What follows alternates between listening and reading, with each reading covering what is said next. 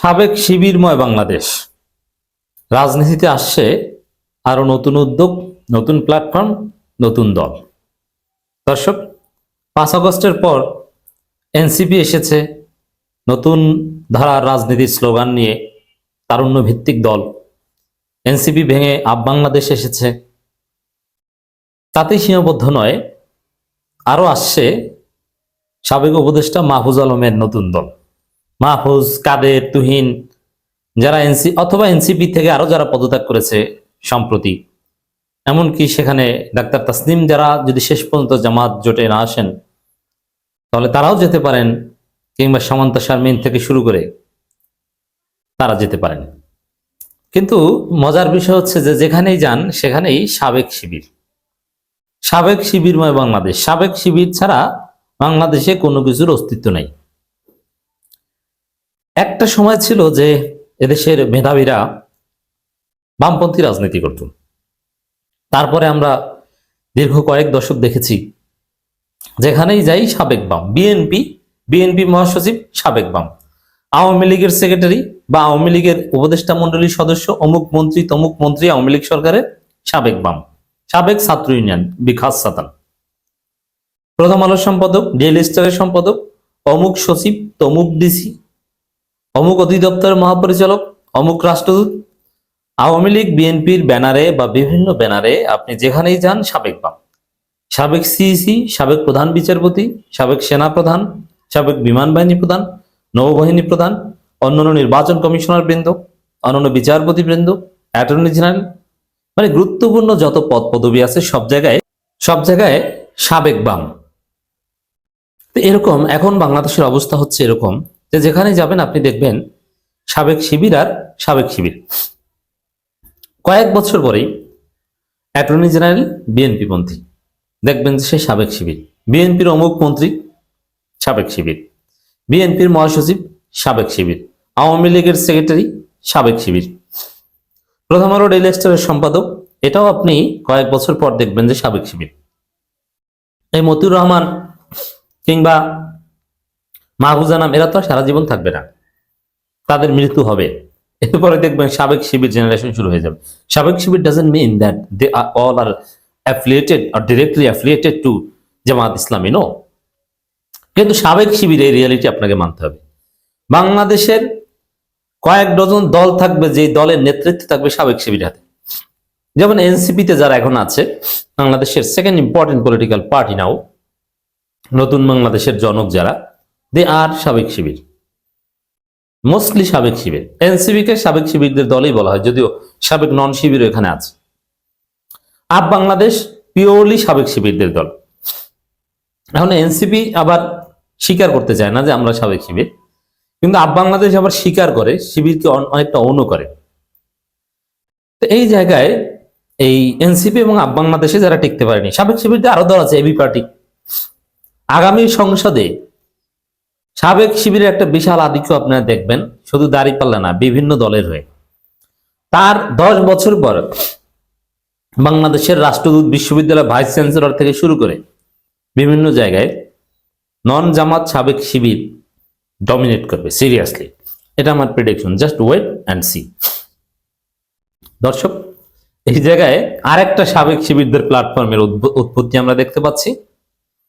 নতুন করে শুরুর সম্ভাবনা নিয়ে আলোচনা করতে চাই। মাহফুজ আলমের ফেসবুক পোস্ট, এর মানে মাহফুজ আলম নতুন রাজনৈতিক দল করতে যাচ্ছেন।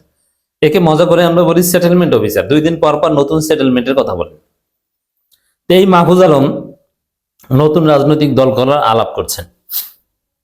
এখন মাহফুজ নিজেই সাবেক শিবির, তিনি যদি একটা দল করেন সেই দলের প্রধান মাহফুজ হবেন, এর মানে সাবেক শিবিরের একটা দল। জামাতকে গালাগালি করলেও জামাতের সাথে পর্দার অন্তরালে খুব ভালো সম্পর্ক রাখছেন, কিন্তু দুর্নীতি থেকে শুরু করে আরো কিছু বাড়াবাড়ি কারণে জামাত তাকে নমিনেশন দিতে চায়নি, যার ফলে শেষ পর্যন্ত মাহফুজ এনসিপিতে আসতে পারেনি, ধাক্কা খেয়েছে। নইলে মাহফুজ এনসিপির হয়ে নির্বাচন করতো জামাত জোটের, কিন্তু জামাতের এম্বার্গোর কারণে মাহফুজ আজকে এতিম হয়ে গিয়েছে। তো দর্শক, এখন মাহফুজ যদি দল করেন, মাহফুজের সাথে খুব গুরুত্বের সাথে থাকবে আব্দুল কাদের। কোন আব্দুল কাদের? 9 দফার ধারক, নট 9 দফার জনক, 9 দফার ঘোষক না, 9 দফার ধারক। শিবির 9 দফাটা শিবিরের সাবেক সাথী আব্দুল কাদের মাধ্যমে প্রচার করিয়েছিল, তার নামে চালিয়েছিল। আব্দুল কাদের ডাকসুর ভিপি ইলেকশন করেছিল। আব্দুল কাদের অবশ্যই মাহফুজের এবং তুহিন মালানার খপ্পরে পড়ে পচে গলে নষ্ট হয়ে গিয়েছে। এখন এনসিপিতে কোনো অস্তিত্বই নাই তার। বাংলাদেশেও যেতে পারছে না। এখন কি করবে? এখন এতিমের মতো ভবঘুরের মতো ঘুরছে। তবে এই ভবঘুরিরা মিলে, এরা সাবেক শিবির, তারা নতুন দল গঠনের উদ্যোগ নিচ্ছে মাহফুজের নেতৃত্বে। এবং আরো অনেকে আসবে, যারা আসবে সাবেক শিবিরের আধিক্য বাংলাদেশে এত যে জামাত একটা বিশাল অংশকে ধারণ করতে পারে না। জামাতের যে আদর্শ, জামাতের যে রিজিডিটি, তাতে সাবেক শিবিরের একটা বিশাল অংশ জামাতে থাকতে পারে না, একটা বিরাট অংশ এনসিপিতে থাকতে পারে না। যেমন মাহফুজ নিজেই শিবিরের সাবেক সাথী, এনসিপিতে থাকতে পারেনি। আব্দুল কাদের এনসিপিতে থাকতে পারেনি। আবার বাংলাদেশের সঙ্গত কারণে যাবে না, কারণ বাংলাদেশের মধ্যে একটু জামাতের গন্ধ আছে। কিন্তু মজার বিষয়, বাংলাদেশকে জামাত অনেকটা শত্রু ভাবে, জামাত মোটেও মূল্যায়ন করে না। বাংলাদেশের চাইতে জামাত এনসিপিকে যথেষ্ট গুরুত্ব দেয়। বাংলাদেশের প্রতি জামাত কেন একটু বিদ্বেষ রাখে? এর কারণ হচ্ছে যে তারা, জামাত মনে করছে যে এরা তো একদম পিওর জামাত হবে, এরা জামাতের রোকন হবে, এরা ওখানে গেছে কেন? আর জামাত তো যেতে বলেনি। যাই হোক, এটা তাদের বিষয়। এরকম আরো অনেক সাবেক শিবির আছে যারা কোনো জায়গায় ইনকর্পোরেট হতে পারেনি। একসময় সাবেক শিবির দেখেছি আমরা সেই ইব্রাহিম বীর প্রতীকের দলে, কল্যাণ পার্টিতে, আর অনেক দলে এরকম দেখেছি। এলডিপিতে আছে, এবি পার্টিতে তো আছেই। আবার এবি পার্টি জামাতের সাথে জোট করেছে, এর কারণে এবি পার্টির অনেকে নাখোশ। তো দিন শেষে দেখবেন এই মাহফুজের দলে যারা থাকবে তারা দে অল উইল বি সাবেক শিবির, এক্সেপ্ট ভেরি ফিউ। দুই একজন নারী থাকবে, তাও তার স্বামী আবার শিবিরের সাবেক সাথী, এই টাইপের। অনেকে বলছেন তাসলিম জারার স্বামীও নাকি সাবেক শিবির। না, এরকম কোন তথ্য আমি পাইনি।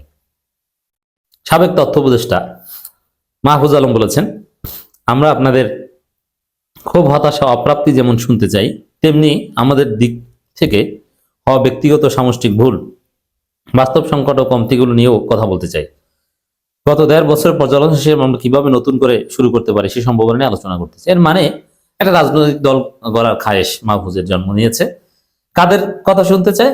যারা এনসিপিতে নাই, বাংলাদেশেও নাই, কিন্তু বৈষম্যবিরোধী ছাত্র আন্দোলনে ছিল বা ছাত্র শক্তিতে ছিল।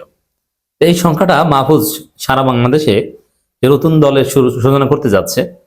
এখানে তিনি 150 কিংবা 200-র বেশি লোক পাবেন না, এবং তার মধ্যে 80 থেকে 90% থাকবে সাবেক শিবির। যাই হোক, তারপরও সাবেক শিবিরদের একটা দল আসতে যাচ্ছে।